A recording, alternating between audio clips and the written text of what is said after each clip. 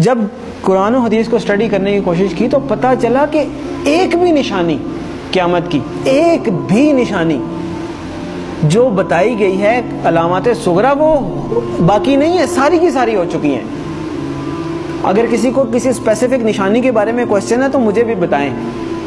اول تو مطلب جو میں نے اسٹڈی کیا ہے مجھے تو تقریباً سب ہی ملی ہیں۔ تو ایک دن ایک صاحب کہنے لگے آپ تو کہہ رہے ہیں ساری ہو گئی ہیں، پیلے جھنڈے نہیں کہیں سے نکلے۔ تو میں نے کہا پیلے جھنڈے تو وہ رابعہ ابھی نکلے تھے مصر میں، جب صدر مرسی کی حکومت انہوں نے گرائی تھی تو وہاں پہ پیلے جھنڈے رابعہ کا نشان انہوں نے بنایا تھا اور بڑی احتجاج کی تھی، وہاں سے پیلے جھنڈے نکلے تھے۔ پھر ایک اور صاحب کہنے لگے کہ دخان نہیں آئی جی، دھواں ہوگا جو زمین کو اپنی لپیٹ میں لے لے گا۔ میں نے بتایا کہ دخان تو اللہ واللہ عالم، ہم عقل کل نہیں ہیں، لیکن دیکھیں ہم نے تو وہ دیکھنا ہے کہ جو ہماری سمجھ میں بات آتی ہے۔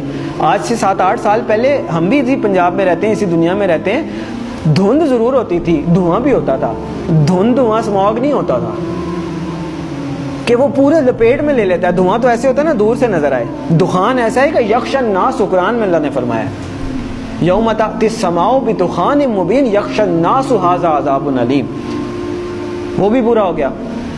پھر کیا رہ گیا؟ پھر انہوں نے کہا عربوں میں شرک آ جائے گا، وہ تو نہیں آیا۔ تو میں نے کہا میں بھی سوچتا تھا نہیں آیا، بلکہ جب میں یہ حدیث پڑھ رہا تھا تو میرے ذہن میں یہ تھا کہ پتہ نہیں عربوں میں شرک پتہ نہیں کب آئے گا۔ سب سے زیادہ قرآن حدیث وہاں پڑھا جاتا ہے،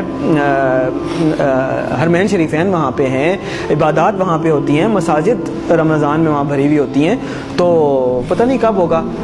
اتفاق کی بات ہے کہ میرا نہیں خیال کہ ہفتہ گزرا ہوگا یا کچھ، تو وہ خبر آئی کہ وہ انہوں نے UAE میں مندر بنایا ہے اتنا بڑا، اور باقاعدہ نعوذ باللہ اس کی پوجا کر کے انہوں نے اس کی افتتاح کیا۔ عجیب لگا کہ اتنی جلدی کہ جب آپ حدیث پڑھتے ہیں تو آپ کو لگتا ہے کہ عربوں میں شرک لوٹ آئے گا، پتہ نہیں، یہ تو بہت ہی مشکل بات لگتی ہے۔ اور ہم نے مطلب ایک ہوتا ہے سالوں گزر جائیں پھر بھی بات ہے، وہ ادھر پڑا ادھر وہ بات ہوگی۔ تو ایک بھی نشانی مجھے نہیں ملی، اگر کسی صاحب کو ملی ہے تو مجھے بھی بتائیں۔ اس کا مطلب ہے علامات صغریٰ ساری پوری ہو گئی ہیں، اب علامات کبریٰ کا وقت ہے۔ پہلی علامات کبریٰ میں سے پہلی کیا ہے؟ امام المہدی کا ظہور پہلی علامات کبریٰ میں سے پہلی بڑی نشانی ہے۔ دوسری ہے دجال کا ظہور، تیسری ہے حضرت عیسیٰ علیہ السلام کا حضرت عیسیٰ علیہ السلام کا آسمان سے آنا واپس، چوتھی ہے یاجوج ماجوج۔ 4 یہ نشانیاں ہیں قیامت کی علامات کبریٰ۔ پھر 2 اور نشانیاں ہیں، سورج کا مغرب سے نکلنا اور دعوت الارض کا نکلنا۔ کیٹیگرائزیشن یہ حدیث میں نہیں ہے کہ 4 نشانیاں یا 5 ہیں، ویسے بتایا گیا ہے، اس کو پھر علماء نے اپنے حساب سے، جیسے میں نے پہلے آپ کو بتائی دخان ہو گیا یا مختلف رابعہ ہو گئے، پہلی پیلے جھنڈے ہو گئے، یہ وہ ان کو علامات صغریٰ کہا گیا ہے، چھوٹی نشانیاں، اور یہ جو ابھی میں نے 4 آپ کو گنوائی ہیں نا علامات کبریٰ کے طور پہ کیٹیگرائز کیا گیا ہے۔ لیکن یہ جو باقی 2 ہیں میں ان کو علامات کبریٰ میں کیٹیگرائز نہیں کرتا، میری اپنی ایک کیٹیگرائزیشن ہے۔ کیوں؟ اس لیے کہ آپ صلی اللہ علیہ وسلم نے فرمایا کہ جب دعوت الارض نکل آئے یا سورج مغرب سے نکل آئے پھر کسی کی توبہ قبول نہیں ہے، جو ہے جیسے ہے ویسے ہے، کوئی نیک ہے بد ہے، کافر ہے مسلمان ہے پھر کسی کی توبہ قبول نہیں ہے۔ اس کا مطلب یہ ہے کہ یہ جو 2 نشانی ہیں یہ قیامت قائم ہونے کے واقعات ہیں، وہ تو ایک قسم کی قائم ہو گئی نا قیامت۔ تو جو نشانی تو وہ ہے کہ آپ الرٹ ہے، نشانی ہے بھائی آنے والی ہے، تیار ہو جائیں۔ تو جب آ گئی تو پھر تو نہ توبہ ہے نہ کچھ ہے، پھر تو نشانی نہ ہوئی، پھر تو ہو ہی گئی۔ جب توبہ ہی نہیں قبول، اس کے بعد آپ کوئی چینج ہی نہیں، ایکسیپٹنس۔ تو اس لیے 4 نشانیاں قیامت قائم ہونے کی ہیں، اس وقت تک پھر بھی چانس ہوگا، ایون دجال کے آنے کے بعد بھی چانس ہوگا اگر کوئی توبہ کرتا ہے، اللہ توفیق دیتا ہے۔ حضرت عیسیٰ علیہ السلام دنیا میں آتے ہیں، چانس ہے، یاجوج ماجوج آتے ہیں، چانس ہے، لیکن اس کے بعد دعوت الارض نکل آیا یا سورج مغرب سے نکل آیا پھر ختم۔ تو علامات صغریٰ ساری پوری ہو گئی، علامات کبریٰ کا وقت، اور علامات کبریٰ میں سب سے پہلے امام المہدی کا ظہور ہے۔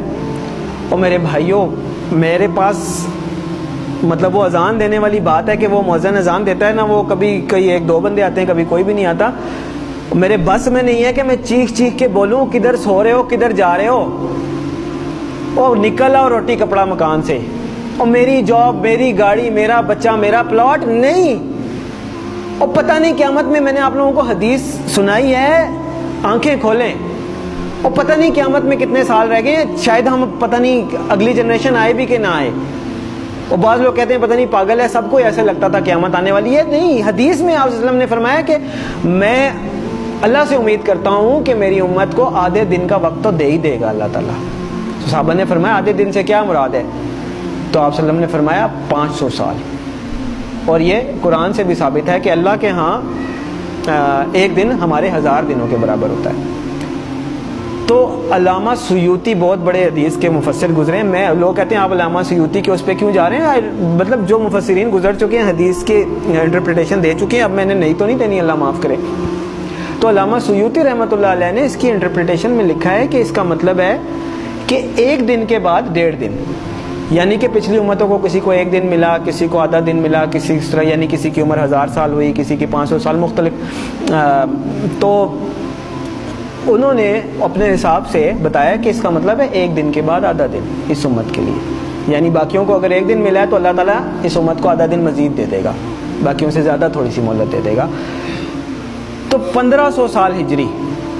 او بھائی کدھر بیٹھے ہیں ہم؟ 1443 ہی ہے نا. تو گنتی کا حساب لگا لیں, 60 سال پورے نہیں رہتے. میں نہیں کہہ رہا. تو اس کا مطلب یہ ہے کہ تھوڑا سا, میں یہ نہیں کہہ رہا کہ 60 سال میں ہی آ جائے گی, یعنی اللہ تعالیٰ نے اگر آدھے دن کی مہلت دینی ہے, اللہ کی مرضی, تھوڑا بہت آگے پیچھے بھی ہو سکتا ہے. لیکن سمجھنے کی بات ہے کہ ہم بالکل ایج پہ کھڑے ہیں, گرنے لگے نیچے, اور دیکھ پیچھے جا رہے ہیں, دیکھ پیچھے جا رہے ہیں. وہ کہتے ہیں نا کہ سامان 100 برس کا پھل کی خبر نہیں.